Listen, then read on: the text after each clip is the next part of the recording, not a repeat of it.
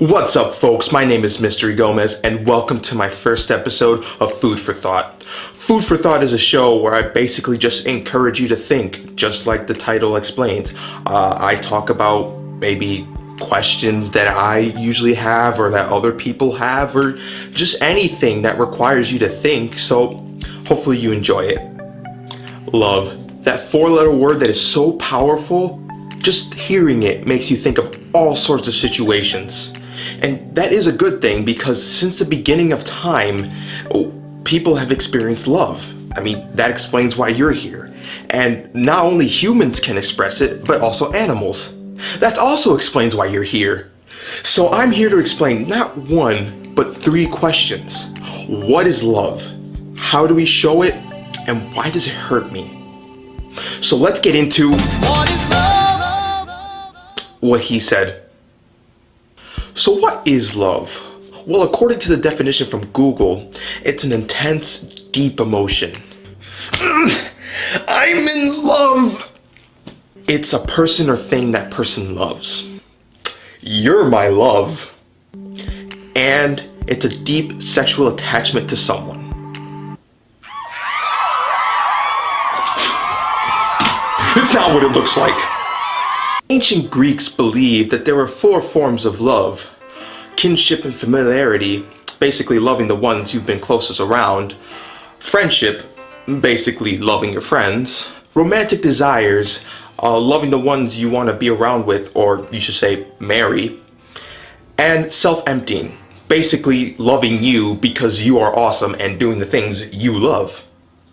But a simple search from Google isn't going to find all the things we need. We need to hack our brain and see how it feels when it's considered in love. Or maybe the things it does because it's in love. Or just looking at the reason that we eat those foods that we keep saying that we shouldn't eat, but we keep eating it anyways, and then we go to McDonald's and then we eat 200 chicken McNuggets and then we gain 500 pounds.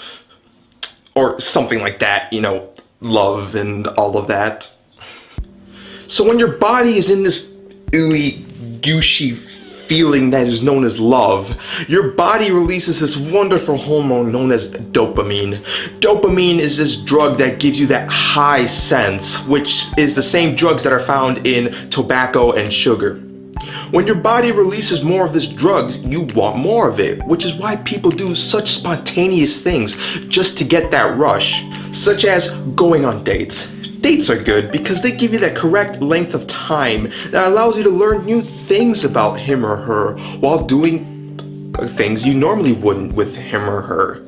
But after a year of being on this relationship and going on dates, that's where things start becoming more repetitive and you start losing that rush. But I'll get into more of that later. Now, first off is gifts.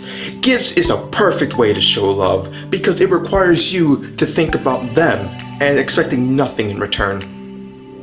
Now, another way is talking. The things you say and how you say it shows basically your personality in the shortest way possible and allows you to think of the other person if you say the right questions. Now the next one kind of goes hand in hand with talking, and that's body language. What your body says about you when you walk up to him or her. Do you look strong, confident, independent, smart, all those things? Or do you look stupid, you don't know what you're doing, you barely tied your shoes when you got out? All these things can dictate whether you have a good chance with the person you're trying to get to. The next is one-on-one. What you guys do together, from what's different from what you guys do with your friends. Away from all the joking, away from all the having a good time with a bunch of people, but with the things you guys talk about or do with only that one person. How to make it interesting, how to make it worthwhile. Maybe the things you do together make it worthwhile. Just like what's next on this list. The physical contact. You guys know what I'm talking about. The hugging, holding hands, kissing, whatever you guys do under the blankets during movie night. Kids these days. Basically, it's just comforting, allowing you guys to share each other's warmth, thinking that you guys will always be like this forever, or maybe if you don't believe that, you want it to be like that forever. You're always around them. You always know they're there. And that nothing can really get in the way of your love. That's basically what showing love is. Proving to yourself that you care for one another. And all of these things on this list basically showed that. And again, there are probably hundreds, if not thousands of ways. I'm pretty sure that there could be thousands of ways to show love for another person. That's how big love is. But I don't want to get too deep into that because we still got one question left. Why does love hurt me? Well, this subject has been around just as often as why people fall in love. I mean, for 1 week, you guys are together, thinking about each other all the time. And then the week after, you want nothing to do with each other. You hope you never see that person again. There is a lot going on in your brain when you're in love and when you think that they're enemies. Just as many people fall in love as they do start crying in the corner thinking about what could have been. But why is that? Why is it when some people just get together for 1 week, the next week they start hating each other? There are scientific reasoning for that, but there are also other interpretations, which I have my own, but we'll go see the scientific reasonings first. Not only is rejection an uncomfortable emotional feeling, it's also an uncomfortable physical feeling. You see, your emotions react with your nervous system. Depending on how you feel emotionally, you'll feel sort of that way physically. When you feel rejected, your heart rate lowers and you don't feel like socializing with anyone. Being rejected is like losing one of your arms or legs. Yes, you can still function, but you just won't feel normal, and it's this uncomfortable barrenness that you will just have to live with. But again, remember, you didn't actually lose one of your arms and legs. You're still perfectly normal, but love is just so powerful that when you lose it, that's just how you feel. Remember the dopamine I was talking about and how after a year when relationships get stale?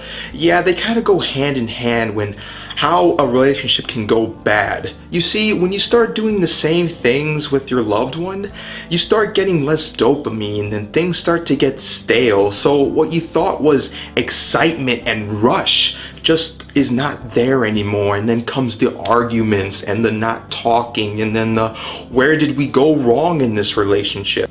I do believe that there is a bigger problem of why love hurts so much more than it does. And this problem is really something I didn't really find on the internet. This is something that I believe, and it's that no one really taught us what love is. Now hear me out. Let's go back to when you were a kid, and let's just say you saw your mom and dad together. You asked, you were curious, what were you guys doing?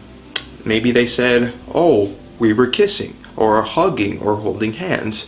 You ask, why? Well, they say, we're in love. Then they ask you what love is. And normally what they just say the feeling of love, how love feels. Now I believe this is unintentionally a problem, because when they say how it feels, then the kid believes, oh, then that's how love is. If I feel the same way, then I'm in love. So when they actually start getting that feeling, what they're getting isn't really love, it's lust.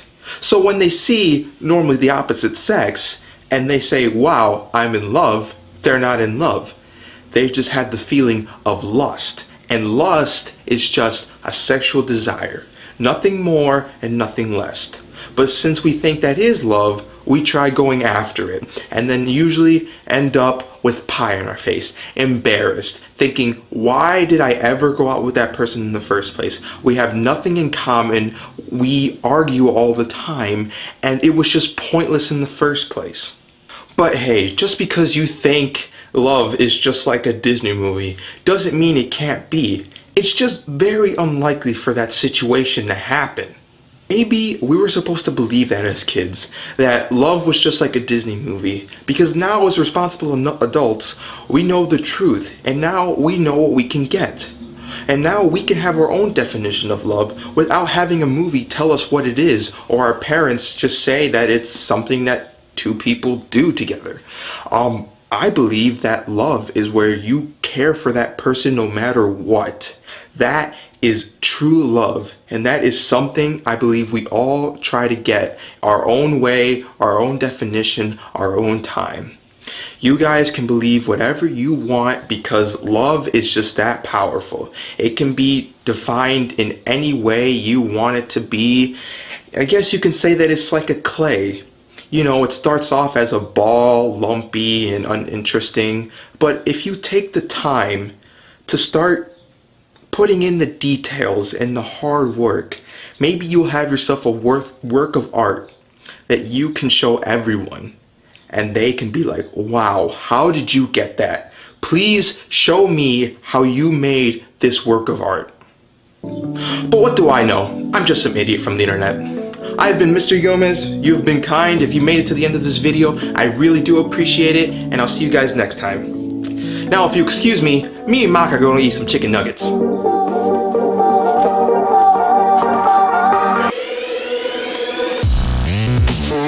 Hello folks, MysteryGomez here. Again, I really want to appreciate it if you made it to the end of this video.